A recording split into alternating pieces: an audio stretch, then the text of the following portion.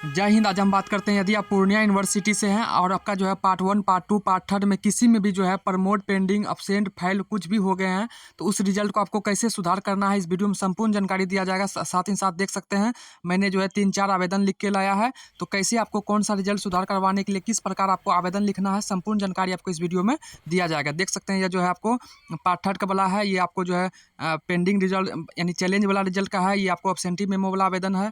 तो किस तरह कौन सा आवेदन लिखना है आपको संपूर्ण जानकारी आपको इस वीडियो में दिया जाएगा। तो चलिए एक एक करके हम जो है वीडियो में शुरू करते हैं। सबसे पहले मैं बता दूं कि पार्ट 1 हो या पार्ट 2 हो या पार्ट 3 हो, साथ ही साथ कोई भी सत्र आपका हो, सबका जो है रिजल्ट सुधार करवाने का एक ही प्रक्रिया है, आवेदन लिखने की एक ही प्रक्रिया है, एब्सेंटी मेमो निकालने की एक ही प्रक्रिया है। सभी प्रक्रिया जो है अभी तक एक ही है। तो चलिए एक एक करके हम जो है शुरू करते हैं।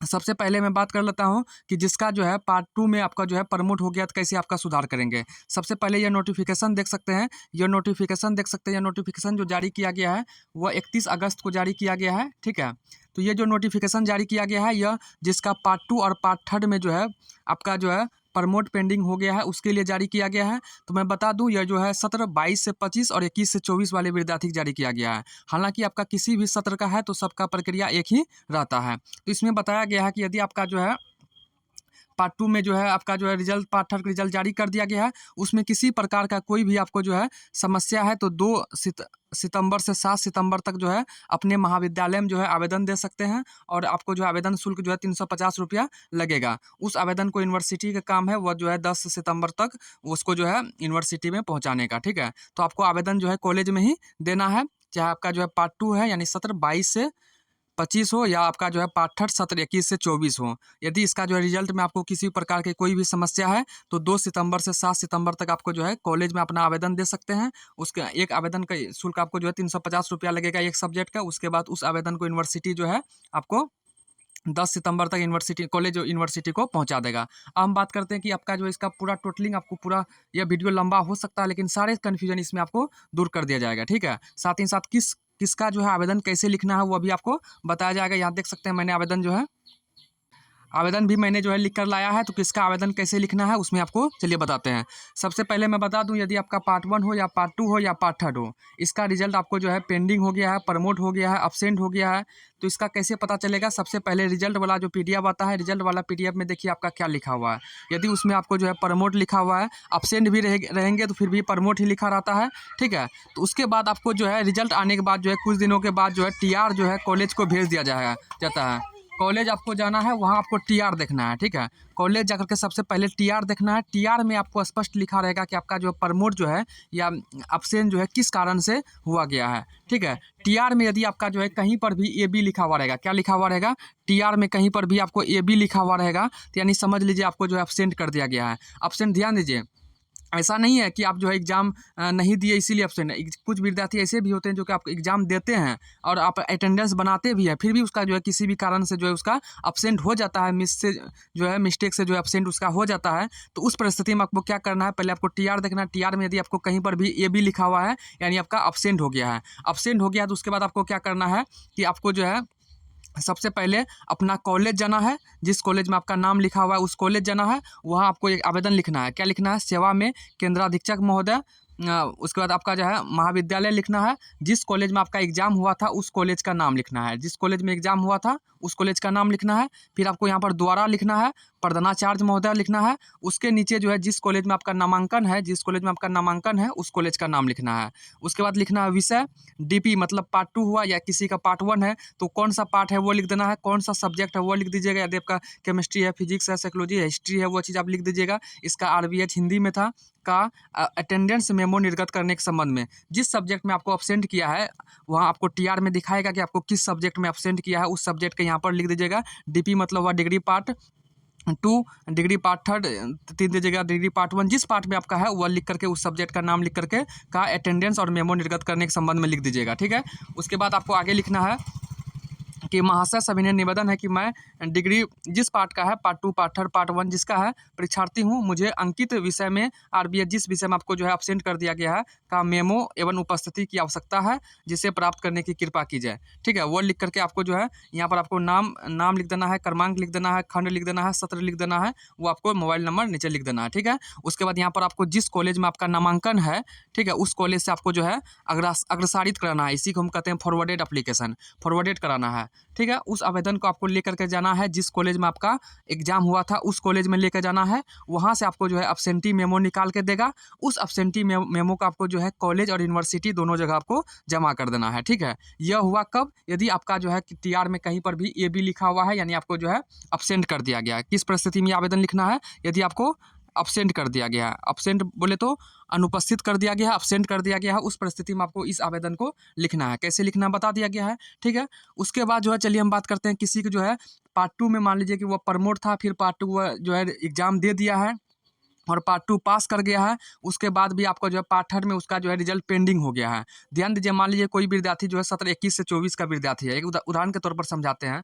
यदि उसका पार्ट 2 में जो है प्रमोट था, उसके बाद पार्ट 2 उसका मान लीजिए रिजल्ट आ गया है, प्रमोट पास कर गया है, तो फिर भी उसका पार्ट 3 में पेंडिंग दिखाएगा। क्यों? क्योंकि पार्ट 3 के रिजल्ट के समय जो है उसका पार्ट 2 का रिजल्ट नहीं आया हुआ था, तो इस कारण से उसका जो है पार्ट 3 में उसका पेंडिंग दिखाता है। ठीक है, तो उस रिजल्ट को सुधार कैसे करवाना है, तो उसके लिए ध्यान दीजिए। उसके लिए आपको जो है इस आवेदन को लिखना है, यानी पार्ट 3 में आपको जो है पेंडिंग कर दिया गया है। क्यों? क्योंकि पार्ट 2 को मान लीजिए जिस समय आपका पार्ट 3 का रिजल्ट आया था, उस समय आपका पार्ट 2 में प्रमोट था, पार्ट 2 का रिजल्ट थोड़ा बाद से आया, तो पार्ट 3 में पेंडिंग हो जाता है। तो उस समय आपको इस आवेदन लिखना है, सेवा में परीक्षा नियंत्रक महोदय पूर्णिया यूनिवर्सिटी पूर्णिया, जिस यूनिवर्सिटी का है, द्वारा प्रधानाचार्य महोदय, यहाँ पर आपको कॉलेज का नाम लिख देना है। ठीक है, विषय स्नातक तृतीय खंड, यानी पार्ट 3 का परीक्षाफल सुधार कराने के संबंध में महाशय उपयुक्त विषय में संबंध है कि संबंध में निवेदन सूचित करता हूँ कि मैं, जो आपका नाम है वो लिखिएगा, पिता का नाम लिखिएगा, स्नातक प्रथम खंड का परीक्षा वर्ष दे दीजिएगा, किस वर्ष आपका पार्ट 1 का एग्जाम हुआ था, रोल नंबर यहाँ दीजिएगा, एवं पार्ट 2 को जो है परीक्षा वर्ष दीजिएगा, उसका परीक्षा क्रमांक दीजिएगा। हालांकि पार्ट 1 पार्ट 2 पार्ट 3 तीनों का परीक्षा क्रमांक एक ही रहता है। ठीक है, उसके बाद देना है कि मैंने दिए थे एवं स्नातक तृतीय खंड का परीक्षा फल जिस वर्ष दिए थे मैं दिए थे, एवं स्नातक तृतीय खंड का परीक्षा क्रमांक वो भी दे दीजिएगा, यानी रोल नंबर। हालांकि पार्ट 1 पार्ट 2 पार्ट 3 का रोल नंबर तीनों एक ही रहता है। मेरा जो है द्वितीय परीक्षाफल हो चुका है, पार्ट 1 पार्ट 2 क्लियर हो चुका है, फिर भी आपका जो है पार्ट 3 में पेंडिंग हो चुका है, ये चीज़ लिखिएगा। अतः श्रीमान से आग्रह है कि मेरा स्नातक तृतीय खंड का परीक्षाफल सुधार कराने की कृपा की जाए। इस कार्य के लिए मैं श्रीमान का सदैव आभार बना रहूँगा। ठीक है, यहाँ पर आपको जो है उसके साथ साथ क्या देना है, अनुलग्न देना है। अनुलग्न मतलब हुआ कि उस आवेदन के साथ साथ आपको कौन कौन सा फोटोकॉपी आप दे रहे हैं, तो उसके साथ जो है पार्ट 1 पार्ट 2 को जो है आपका अंक पत्र, उसका जो है एडमिट कार्ड, उसके बाद रजिस्ट्रेशन कार्ड का 2 कॉपी दे देना है। यहीं पर लिखा हुआ स्नातक प्रथम खंड द्वितीय खंड का अंक पत्र, यानी मार्कशीट, स्नातक प्रथम खंड द्वितीय खंड एवं तृतीय खंड का एडमिट कार्ड दे देना है। उसके बाद यहाँ पर आपको जो है सब कुछ विश्वासबाजी में नाम, पिता का नाम, रोल नंबर, ये सब रजिस्ट्रेशन नंबर, सत्र, मोबाइल नंबर, सब कुछ लिख करके इसको जो है फिर कॉलेज और यूनिवर्सिटी दोनों जगह आपको जमा कर देना है। ठीक है, उसके बाद हम बताते हैं यदि किसी का जो है बता दिए कि अब्सेंटी मेमो कैसे निकालना है, उसका आवेदन भी बता दिए हैं। साथ ही साथ पार्ट 2 में प्रमोट के कारण पार्ट 3 में जो आपका पेंडिंग हुआ था उसका भी आवेदन बता दिया है। अब हम बताते हैं यदि आपको जो है चैलेंज करना है। ठीक है, जैसे कि अभी देख सकते हैं कि सत्र 22 से 25 और सत्र 21 से 24 का जो है पार्ट 2 और पार्ट 3 का चैलेंज का डेट आया हुआ है। तो उस चैलेंज को आपको, उस आवेदन को कैसे लिखना है, उसमें लिखना है कि सेवा में परीक्षा नियंत्रक महोदय पूर्णिया विश्वविद्यालय पूर्णिया, विषय पुनर्योग के संबंध में, यानी कि रिटोटलिंग के संबंध में, चैलेंज के संबंध में वही हुआ, द्वारा प्रधानाचार्य महोदय, जिस कॉलेज में आपका नाम है उस कॉलेज का नाम दीजिएगा। उसके बाद महोदय सविनय निवेदन है कि मैं, जो आपका नाम है वो आपको नाम देना है, पूर्णिया विश्वविद्यालय के जिस पात्र का है, पार्ट 2 है पार्ट 3 है वो पार्ट लिख दीजिएगा। जिस सत्र का विद्यार्थी है उस सत्र का आपको यहाँ पर लिख देना है। का छात्र हूँ, पूर्णिया विश्वविद्यालय पूर्णिया द्वारा आयोजित पार्ट 2 परीक्षा का रिजल्ट जारी कर दिया गया है। पार्ट 2 पार्ट 3 जिसका आप चैलेंज कर रहे हैं, तो वहाँ पर उस पार्ट को यहाँ पर आपको मेंशन करना है, जारी कर दिया गया है।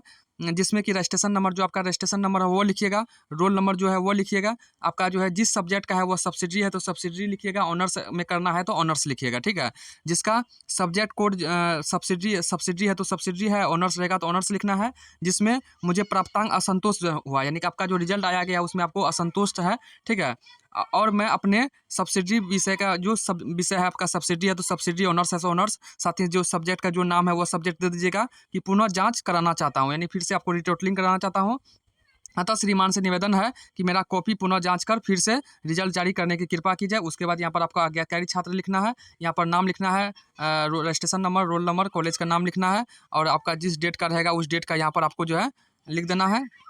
और यहाँ पर उस कॉलेज, जिस कॉलेज में आपका नामांकन है, वहाँ से आपको जो है फॉरवर्डेड करा करके कॉलेज और यूनिवर्सिटी में, हालांकि चैलेंज वाला जो है एप्लीकेशन कॉलेज में ही जमा होता है, वो यूनिवर्सिटी में जमा नहीं होता है। तो इस प्रकार आपका जो है पार्ट 1, पार्ट 2, पार्ट 3 जिस भी पार्ट में आपका जो है पेंडिंग है, उसका सारे आपको प्रक्रिया बता दी है कि प्रमोट है तो प्रमोट वाला आवेदन कैसे लिखना है, पेंडिंग है, पार्ट 3 में पेंडिंग है तो उसका कैसे लिखना है, चैलेंज वाला आवेदन कैसे लिखना है, और सभी आवेदन को जो आपको जो है कॉलेज में जो है जमा कर देना है। और आपको सुविधा के लिए यूनिवर्सिटी में भी जमा कर देना है। उसके बाद बीच बीच में आपको पता करते रहना है कि आपका जो है कॉलेज और यूनिवर्सिटी जाकर के आपका रिजल्ट सुधार हुआ कि नहीं हुआ है। जैसे ही रिजल्ट सुधार होगा तो उसका फिर आप मार्कशीट जो है के लिए जो है आपका कॉलेज में आपका जो है जा सकते हैं कि मेरा मार्कशीट जो है सुधार हो गया तो मार्कशीट दीजिए। तो इस प्रकार थोड़ा आपको यदि आपका रिजल्ट प्रमोट पेंडिंग हो गया है, एब्सेंट हो गया, तो आपको थोड़ा परेशानी तो है कि आपको कॉलेज बार बार जाकर के पता करना पड़ेगा आपका मार्कशीट आया कि नहीं आया, आपका रिजल्ट सुधार हुआ कि नहीं हुआ। उसके बाद भी आपका जब रिजल्ट सुधार नहीं होता है तो फिर से आपको जो है फॉर्म भर देना है उस सब्जेक्ट का, ताकि आपका जो है समय बर्बाद ना हो। तो पूर्णिया यूनिवर्सिटी संबंधी सभी प्रकार की जानकारी के लिए आप मेरे चैनल को सब्सक्राइब कर ले। धन्यवाद।